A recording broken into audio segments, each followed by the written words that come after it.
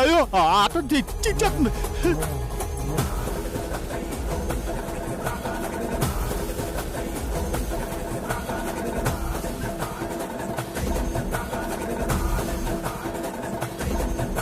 అమ్మా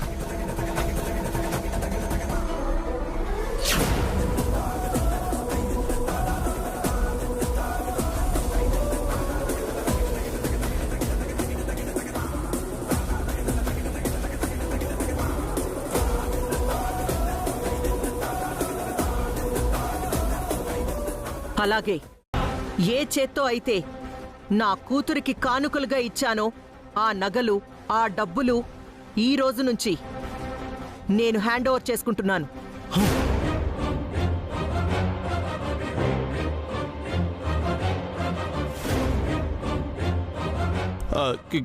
కాదమత్త, కూతురికిచ్చిన నగలో డబ్బులు తిరిగి తీసుకోవటం పాపం అత్త. ఛ! పాపం అంటే నేనిచ్చిన డబ్బు నగలు నేను తీసుకోవడం కాదురా, అవన్నీ నువ్వు తీసుకోవడం.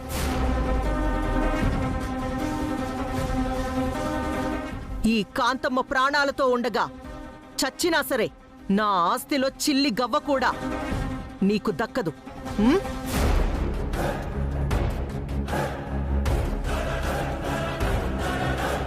అత్త, మా అన్నయ్య మీద కోపంతో ఇచ్చిన ఆస్తినంతా వెనక్కి తీసుకున్నావు. రేపొద్దున నా అల్లుడు బిగ్గారవుతాడత్తా, నా మాటినత్తా. సారీ చిట్టి, మీ అన్న నిజస్వరూపమేంటో తెలిసాక, మీ అన్న రెండో పెళ్ళాం కూడా వాడితోనే బతుకుతుందని తెలిసాక, నేనే కాదు ఏ కన్న తల్లి తన కూతురికి ఆస్తిని కట్టబెట్టదు.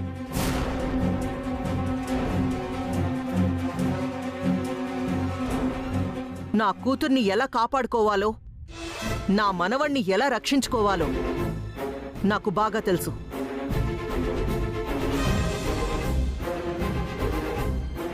రవి, ఇవన్నీ తీసుకెళ్లి లోపల పెట్టేనన్నా.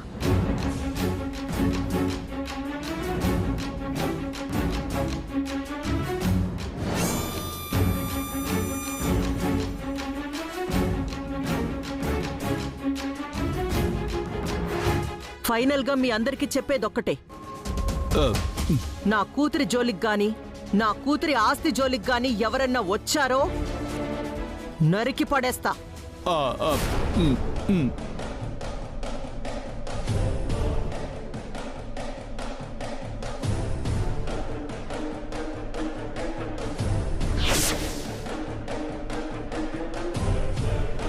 రే అనియా, ఇదంతా నీ వల్లేరా? చేసుకున్నోళ్ళకి చేసుకున్నంత అని నీ సేతులారా నువ్వే చేసుకున్నావా? అనుభవించా.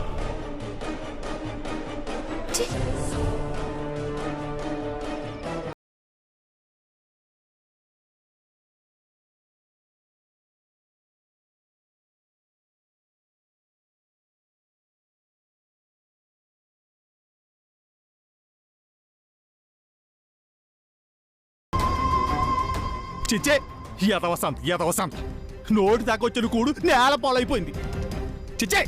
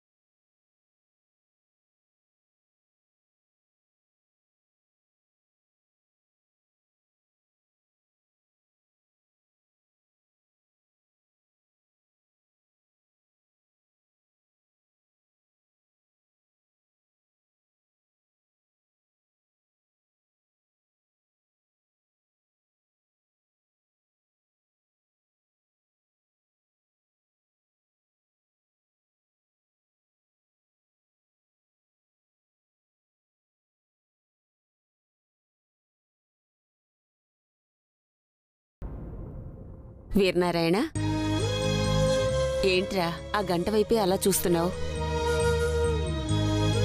ఈ గంటను చూస్తుంటే కొన్ని సంవత్సరాల క్రితం చిట్టెమ్మ ఇదే గంట ముందు నిలబడి 16 సార్లు మ్రోగించడం నా చెవులారా విన్నానమ్మా. కళ్ళారా చూశాను. మళ్ళీ నాకు అదే గుర్తొస్తుంది.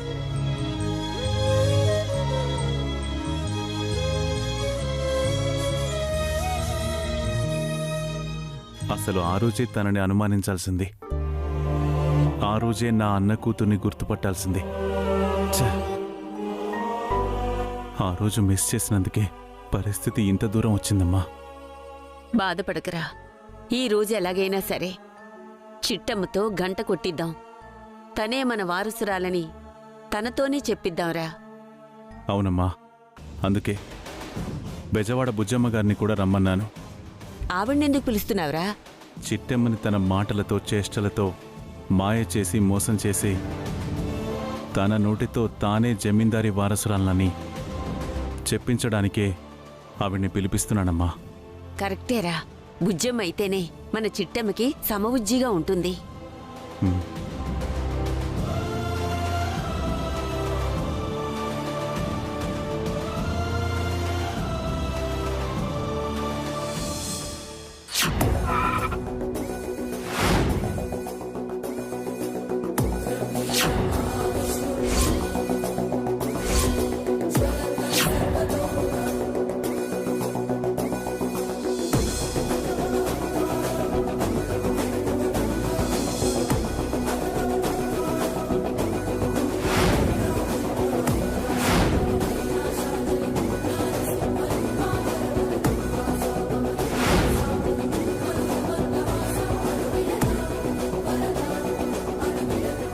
స్వామి, 25 దూరమైన తన అన్న కూతుర్ని కలవాలని ఓ గుండె ఆరాట పడుతోంది. తన కొడుకు బిడ్డని 25 చూడలేని ఓ నానమ్మ తన మనవరాలి కోసం 1000 కళ్లతో ఎదురు చూస్తోంది. వాళ్ళిద్దరి కోరిక నా ద్వారా నెరవేరాలని ఆశీర్వదించు స్వామి.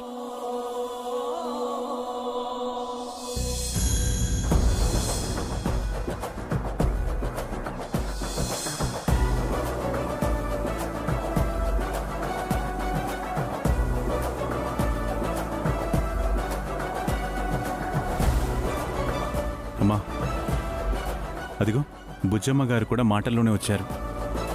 నమస్కారం బుజ్జమ్మ గారు. నమస్కారం. నమస్కారం వీరనారాయణ గారు. నమస్కారం శేషమాంబ గారు. నమస్కారం అమ్మా. ఎలా ఉన్నావమ్మా? బావున్నాను. ఇదిగో మీ వీరనారాయణ గారు ఫోన్ చేసి మీరు ఖచ్చితంగా గుడికి రావాల్సిందే, మాకు సహాయం చేయాల్సిందే అని అడిగేసరికి కాదనలేక వచ్చాను. అవును, ఇంతకీ మీ వారసురాలెక్కడా?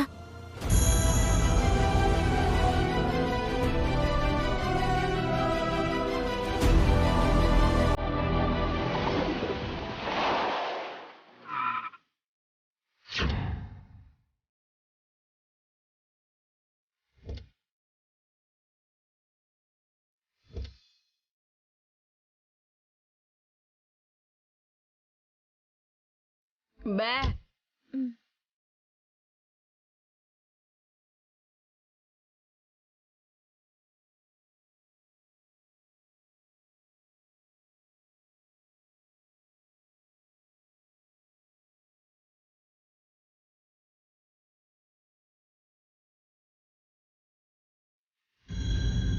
స్వామి, మా నాన్నమ్మకి బాబాయికి నేనే మీ వారసురాలని చెప్పాలని ఉన్నా. మా కాంతమ్మత్తకిచ్చిన మాటకి కట్టుబడి నిజం చెప్పలేకపోతున్నాను. అందుకు నన్ను క్షమించు.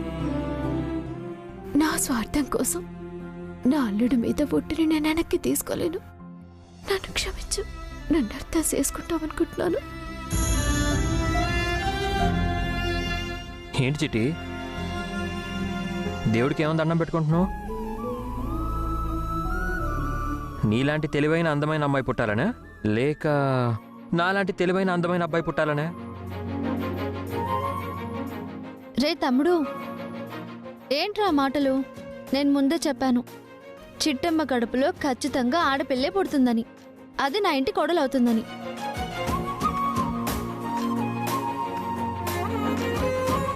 అబ్బబ్బబ్బా, ముందెవరు పుడతారో పుట్టనివ్వే, ఆ తర్వాత చేద్దు గాని పుట్టే పిల్లలకి పెళ్లి. ముందు వెళ్దాం, పదండి పదండి. పదండి.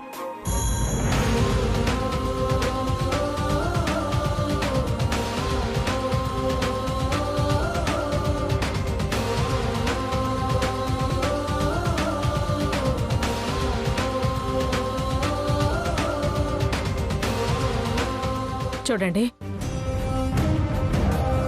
మీ చిట్టమ్మ నోటి నుంచి తనే మీ ఇంటి వారసురాలన్న నిజం బయట పెట్టించే బాధ్యత నాది. మీరు ధైర్యంగా ఉండండి. ఇదిగో బుజ్జమ్మ, మా చిట్టమ్మ నువ్వు అనుకున్నంత అమాయకురాలు కాదు. ఈ బుజ్జమ్మ కూడా మీరు అనుకున్నంత అమాయకురాలు కాదు. చూడండి, జరగబోయే ఈ ఆటలో ఈ బుజ్జమ్మ గెలుస్తుందో లేక మీ వారసురాలు చిట్టమ్మ గెలుస్తుందో చూద్దాం.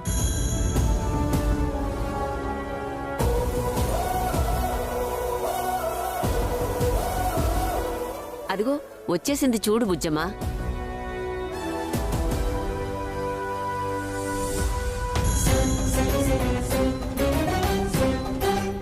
ఆహా, అచ్చం శంకరనారాయణ గారి భార్య పోలికలతో ఉంది కదూ. అవును బుజ్జమ్మ, చిట్టెమ్మది అచ్చం మా వదిన పోలికే. ఆ, నానమ్మా,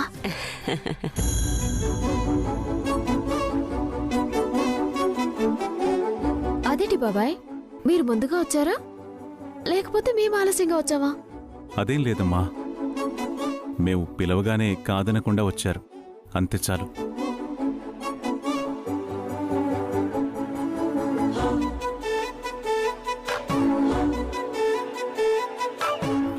అన్నట్టు చిట్టమ్మ, ఈవిడెవరో గుర్తుందిగా?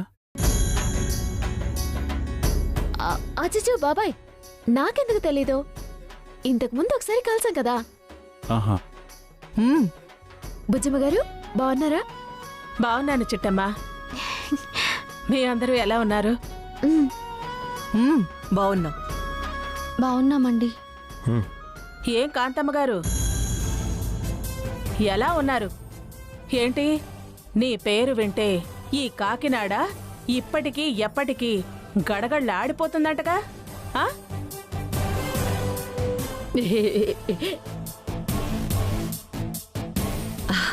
ఏదోలేండి. అయినా మీరు మాత్రం ఏమైనా తక్కువేంటి? బెజవాడలో మీరు అడుగు పెడితే బెజవాడ మొత్తం గజగజ వణికిపోతుందంటగా. అబ్బో, మాటకి మాట, నాకు బాగానే కౌంటర్ ఇచ్చారు. సమవుజ్జీలు సరిజోడు తగిలినప్పుడు మాటలు అలాగే వస్తాయండి. బుజ్జమ్మ గారు, ఇదిగో ఈవిడ తెలియదు కదా, మా అమ్మ. ఆ రోజు లేదు. బే బే బే.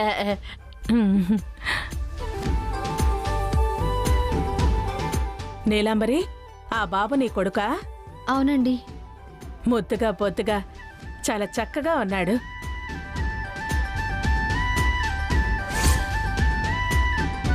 సరే సరే, ఇప్పటికే బాగా ఆలస్యమైంది. ఇప్పుడు వెళ్ళి వంట పని మొదలు పెడితే ఆ తర్వాత ఈ గంట మోగించే కార్యక్రమం మొదలు పెడదాం. వెళదామా? సరే. నానమ్మా, గంట మోగించడం ఏంటి?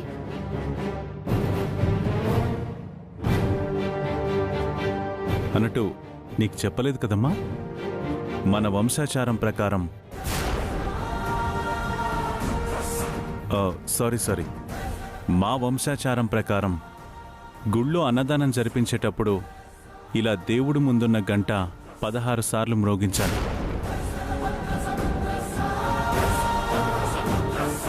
ఆ తర్వాతే అన్నదానం జరిపించాలి. అది మా సాంప్రదాయం.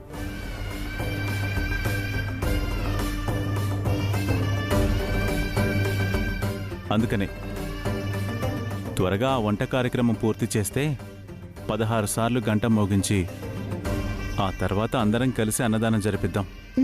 అలాగే బాబాయ్, ఖచ్చితంగా. వదినా, పద ఎలా పనులు చూద్దాం. అలాగే చిట్టమ్మా. బే బే బే. నేను కూడా వస్తాను పదండి. అలాగే. రా చిట్టి.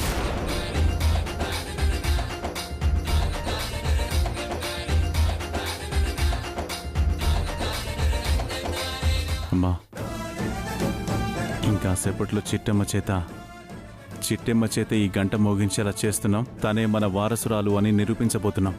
చిట్టమ్మతో అంటే కష్టంరా. పాపం తన అసలే గర్భవతి, పైగా నెలలు నిండాయి. ఈ సమయంలో ఏం పర్వాలేదమ్మా, తనక్కడ నిలబడి తన చేత్తో ఈ తాడు పట్టుకుంటే చాలు. చిట్టెమ్మ జమీందారీ వారసురాలు అని ఒప్పుకున్నట్టే. చిట్టెమ్మకి ఎలాంటి ఇబ్బంది లేకుండా నేను చూసుకుంటానమ్మా. సరేరా, ఆ దైవ సంకల్పం ఎలా ఉంటే అలా జరుగుతుంది. పద.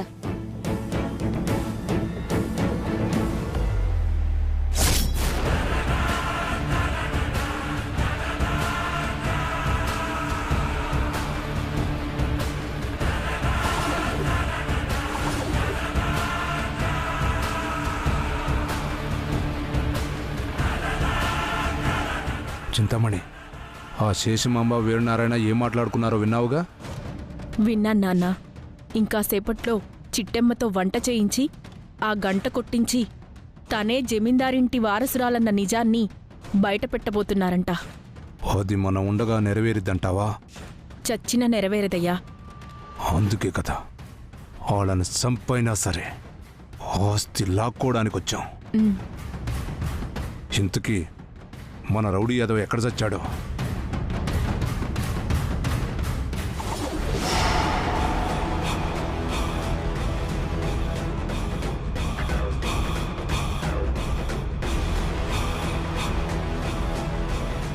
అదిగో వస్తున్నారు.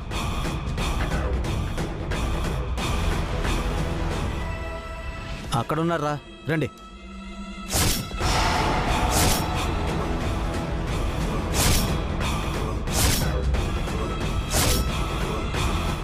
నమస్కారం పోతురాజు గారు. నమస్కారం. ఎంతకే మేము వేడి చేయాలండి? సమయం వచ్చినప్పుడు చెప్తాను. అప్పుడొచ్చి అక్కడ నీలాంబరి అనే ఒక అమ్మాయి ఉంది కదా, ఆవిడ చేతిలో ఉన్న అబ్బాయిని ఎత్తుకెళ్ళాలి. అబ్బాయిని అమ్మాయిని ఇద్దరిని ఎత్తుకెళ్ళిపోతే మీకు ఏమైనా ప్రాబ్లం అంటారా? పిల్లాడి తల్లి నీకెందుకురా? పిల్లాడుంటే చాలు. అలాగే సార్, మీరు కబురంపేదాకా ఈ గుడి చుట్టూనే తిరుగుతూ ఉంటాం. మీరు కబురంపగానే కాకిలాగా వాలిపోతాం. ఆ తర్వాత కిడ్నాపింగ్ చేసి ఆ పిల్లాన్ని మీకు అప్పగిస్తాం. Very good. కిడ్నాపింగ్ కంటే ముందుగా మీరు ఒక ఎదవ పని కూడా చేయాలరా. చెప్పండి సార్, ఏడు చేయాలి? అది గది ఓ పాలాడు చూడండి. చూసామండి, పెద్ద గంట ఉంది కదా. మీరెళ్ళి ఏడు చేస్తారో ఎలాగ చేస్తారో నాకు తెలియదు, కానీ ఆ గంటకున్న తాడు కోసేయాలి.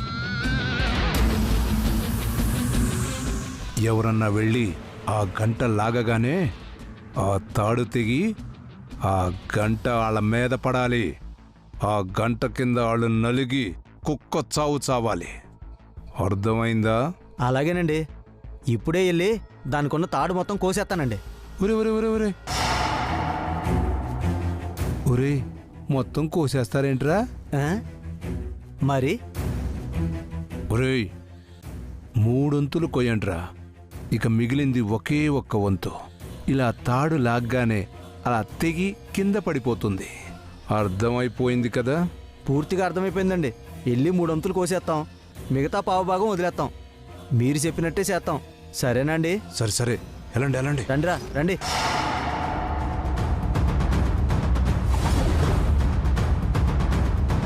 నాన్నోయ్, బ్రహ్మాండమైన ఐడియా. అంటే ఇంకాసేపట్లో చిట్టమ్మ ఆ గంటను లాగ్గానే ఆ గంట కింద పడడం, ఆ గంట కింద చిట్టమ్మ పడడం, ఖచ్చితంగా అది చావడం. ఇది మన కల్లారా చూడబోతున్నామన్నమాట. మరి ఆ కాంతమ్మ నన్ను కుక్కను కొట్టినట్టు కొట్టి చెయ్యి విరగొడుతుందా? ఆస్పత్రిలో నన్ను అవమానిస్తుందా? ఈ పోతురాజు పగపడితే 10 జన్మలెత్తైనా తీర్చుకుంటాడే. అందుకే దాని మీదున్న కోపాన్ని ఆ చిట్టెమ్మ మీద చూపించబోతున్నాను. చిట్టెమ్మ కడుపులో పెరుగుతున్న కాంతమ్మ ఇంటి వారసుణ్ణి కడుపులోనే చంపేయబోతున్నాను. సూపర్ నాన్న. ఇంతకీ నన్నేం చేయమంటావు?